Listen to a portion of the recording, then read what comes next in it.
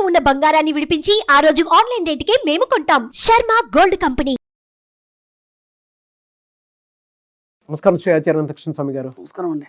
మన డిజైన్ మనం ఏ విధంగా చేసుకోవాలనేది లాస్ట్ వీడియోలో మీరు ఒక మాట అన్నారండి. అంటే ఎందుకు పాండవులు యూదంలో ఓడిపోయారు అని అంటే దానికి మొత్తం ఒక స్టోరీ చెప్పి ఒక మాట అన్నారు మీరు. అండ్ దాంతోపాటు ఒక motivational speakers, top 10 motivational speakers కానివ్వండి, లేదంటే ఎవరైతే ఆంటర్ప్రెన్యూర్స్ ఉంటారో, బిజినెస్ పీపుల్ ఉంటారో, లేదు ఎవరైతే లైఫ్లో బాగా సక్సెస్ఫుల్గా లైఫ్ని లీడ్ చేసేసి ఒక పొజిషన్కి వచ్చినటువంటి వాళ్ళు ఉంటారో వాళ్ళు చూసి మనం ఇన్స్పైర్ అవుతాం ఖచ్చితంగా. సో వాళ్ళ దగ్గర నుంచి మనం నేర్చుకోవాల్సింది ఏంటి అంటే ఆయన చేసింది మనం చేయకూడదు, కాపీ పేస్ట్లో ఉండకూడదు, అది దానికి నెక్స్ట్ లెవెల్ కనిపించాలి. దానికి నీ స్టైల్ ఏముందనేది మన విజువల్ యాడ్ చేయాలి దానికి.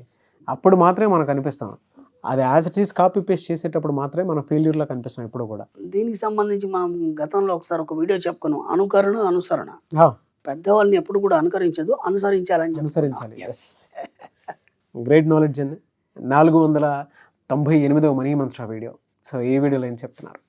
మీరు ఈ ప్రపంచంలో ఏదైనా సాధించవచ్చు, మీకు ఆ కాన్ఫిడెన్స్ కలిగి ఉన్నారా లేదా? ఎలా సాధించవచ్చు? దాని మీద ఫోకస్ థాట్ ఉంటుంది అండ్ దాన్ని నిదానంగా ఒక్కొక్కటి క్లియర్ చేసుకుంటూ ప్లాన్డ్గా వెళ్ళొచ్చు. అంటే ఇక్కడ విచిత్రం ఏంటంటే ఈ సబ్జెక్ట్లోకి వచ్చినాక చాలా మంది కాన్ఫిడెన్స్ వచ్చింది. అది ఇప్పుడు అదే చెప్తున్నాను. ఆ ఫోకస్తోనే చెప్పాను, ఆ కాన్ఫిడెన్స్తోనే చెప్పాను. సబ్జెక్ట్లోకి వచ్చిన తర్వాత మీరనే కాదు, చాలా మంది నా దగ్గర క్లయింట్స్ వస్తుంటారు. చాలా మంది కూడా అదే అంటారు కదా, ఏమండి ఇంతకుముందు లైఫ్ మీద ఒక క్లారిటీ లేదు, ఫస్ట్ పాయింట్. రెండోది ఏంటంటే అంత అయిపోయినాక మీరు దొరికారు, అంటే అంత లాస్ అయిపోయినాక ఇప్పుడు మీరు దొరికారు, ఇప్పుడు ఏం చేయాలి ఒకటి. మూడోది ఏంటంటే ఏదైనా సరే ఇప్పుడు సాధించగలను కాన్ఫిడెన్స్ వచ్చింది నాకు.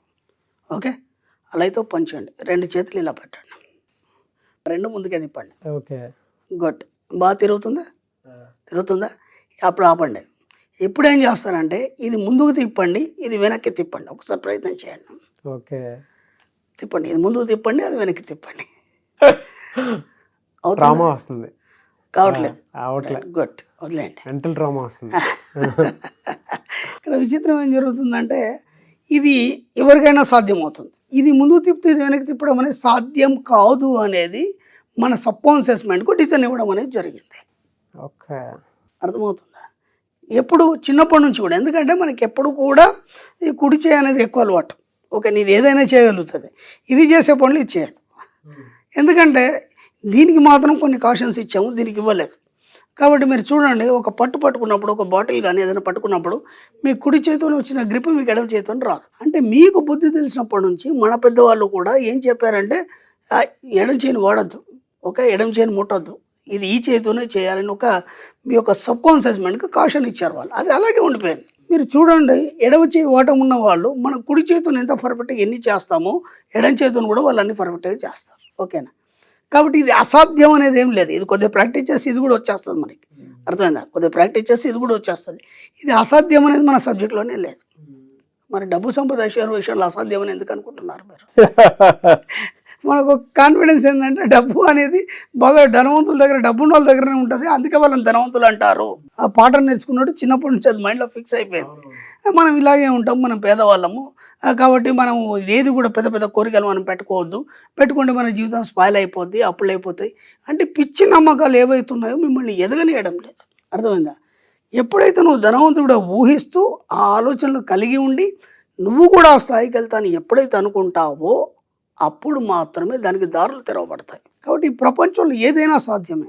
మీరు ఒక్కసారి మన హైదరాబాద్లో ఉన్న చార్మినార్ దగ్గరికి వెళ్ళేసి కొద్ది దూరం నుంచి చూడండి. అది ఎలా ఉంటుందంటే మీరు ఇప్పటివరకు ఎన్నో పెద్ద కట్టడాలు చూశారు, మీకు తెలిసినంత మటుకు యూట్యూబ్లో కావచ్చు, లేకపోతే ఇంకా ఏదైనా కావచ్చు, అన్నీ కూడా ఒక బేస్మెంట్ మీద ఉంటాయి. ఏదైనా సరే ఒక బేస్మెంట్ మీద ఉంటుంది. ఇది భూమిలోంచి పొడుచుకొచ్చినట్టు ఉంటుంది చార్మినార్. దూరం నుంచి చూడండి, దానికి బేస్మెంట్ అనేది చాలా చిన్న కిందికి ఉంటుంది. అది ఎలాంటి భూమిలోంచి పొడుచుకొచ్చినట్టు ఉంటుంది. ఒక్కసారి దాని దగ్గరికి వెళ్ళండి, దాని దగ్గరికి వెళ్ళి ఒకసారి ఇలా పైకి చూడండి. అసలు ఇది మానవ నిర్మితమైన మనలాంటి మనుషులే కట్టారు దాన్ని కూడా. అసాధ్యం అని ఎలా అంటాం మనం? ఇలాంటి అసాధ్యాల్ని సుసాధ్యాలు చేసినవి మన సందర్భాలు ఎన్నో ఉన్నాయి, మన ప్రపంచంలో ఎన్నో ఉన్నాయి. అవన్నీ సాధ్యమైనప్పుడు ఇది ఒక చిన్న విషయం. డబ్బు సంపద ఐశ్వర్యం నువ్వు ధనవంతుడిగా మారడం అనేది చాలా చిన్న విషయం. ఎందుకంటే వాటన్నిటికి కష్టపడాలి. ఒక ఇంజనీరు మెంటల్గా ఆయన ఏదైతే తన మైండ్ పరంగా ఒక డిజైన్ ఇచ్చేస్తాడు, దానికి కష్టపడి ఎంతోమంది కూలీలు పనిచేయాలి. ఇక్కడ ఏం నువ్వు కష్టపడాల్సిన అవసరం లేదు, ఇంకా నీకు ఎవరు సహకారం అవ్వరు. జస్ట్ మీరు కూర్చొని మీ లైఫ్ని డిజైన్ చేస్తే తయారైపోతారు. అక్కడ దానికి కొన్ని వందల మంది కావాలి, ఇక్కడ ఎవరు అవసరం లేదు. జస్ట్ నీకు నువ్వే బిల్డ్ చేసుకుంటే సరిపోతుంది కూర్చొని దగ్గర. ఎందుకు సాధ్యం కాదనుకుంటున్నారు? కాబట్టి ఎంతో గొప్ప కట్టడాలు కావచ్చు, ఎంతో గొప్ప నిర్మాణాలు కావచ్చు, ఎన్నో అద్భుతాలు కావచ్చు, అవన్నీ కూడా ఒక మానవుడి యొక్క మనసులోంచి అవి సృష్టించబడ్డాయి. కాబట్టి ఇది చాలా చిన్న విషయం. మన సబ్జెక్టులో అయితే డబ్బు సంపద ఐశ్వర్యం అనేది చాలా చిన్న సబ్జెక్టు. మీకు ఎందుకు రావట్లేదంటే దీన్ని ఒక పవిత్రంగా, ఒక దేవుడిలాగా, ఒక గొప్ప దీనిగా మీరు భావిస్తున్నారు కాబట్టి మీ దగ్గరికి రావట్లేదు. డబ్బు సంపద ఐశ్వర్యం అనేది మీ యొక్క జీవితంలో ఒక భాగం మాత్రమే. అది దాన్ని మీరు అలా చూస్తే మాత్రం మీ దగ్గరకు వస్తుంది. దాన్ని గొప్పగా ఆలోచిస్తూ అదొక పవిత్రంగా ఆలోచించారనుకోండి, ఇక మీరు ఎప్పటికీ ఇలాగే ఉంటారు. మీ యొక్క అన్ని వస్తువులతో పాటు ఇది కూడా ఒక వస్తువు అని ఎప్పుడైతే భావిస్తారో ఆటోమేటిక్గా మీ జీవితంలోకి ధనం అనేది సమృద్ధిగా రావడం అనేది మొదలవుతుంది. అర్థమవుతుందా? కాబట్టి ఎంత వీలైతే అంత చాలా చిన్నగా చూడండి. డబ్బు కావచ్చు, సంపద కావచ్చు, ఐశ్వర్యం కావచ్చు, బంగారం కావచ్చు, వాటిని చాలా చిన్నగా చూసినప్పుడు అంటే ఒక ప్రతీక మాత్రమే, మీ జీవితంలో ఒక ప్రతీక మాత్రమే. మీరు దాన్ని ప్రత్యేకంగా చూస్తున్నారు, ఒక పెద్ద గొప్ప భావంతో చూస్తున్నారు, అది బాగా డబ్బున్నోళ్ళకే చెందుతుంది అనే ఆలోచనతో చూస్తున్నారు, మీ దగ్గరికి రావట్లేదు. కాబట్టి ఈ మన జీవితంలో ఇది ఏదైతే సాధ్యమవుతుందో కొన్ని రోజులు ప్రాక్టీస్ చేస్తే ఇది వచ్చేస్తుంది. అలాగే ఇంకొన్ని రోజులు ప్రాక్టీస్ చేస్తే మీ జీవితంలో డబ్బు సంపద ఐశ్వర్యం అనేది ఆటోమేటిక్గా వచ్చేస్తుంది. అసాధ్యం అంటూ ఏమీ లేదు, ఏదైనా సాధించవచ్చు.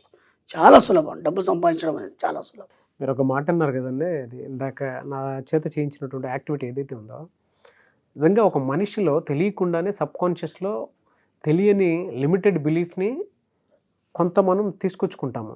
ఆ ట్రాన్స్ఫర్మేషన్ మన బాడీలోకి తెలియకుండా, అంటే పెద్దవాళ్ళని చూసో సంథింగ్ అలా అనుకోను, మేబీ ఇది యూనివర్సల్ లానో అనుకొని అట్లే మన మైండ్లో కానివ్వండి, సబ్కాన్షియస్లో కానివ్వండి అలా మిగిలిపోయి ఉంటుంది.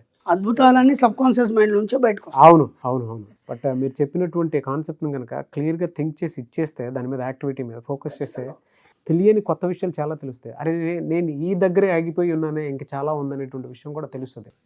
అండ్ నేను అనుకరించానా అనేటువంటి క్లారిటీ కూడా ఖచ్చితంగా వస్తుంది. చాలా మంచి వీడియో అండి, చాలా మంచి టెక్నిక్. థ్యాంక్ యూ అండి. Thank you so much Shri Acharya Anantakrishna Swami garu. Thank you అండి.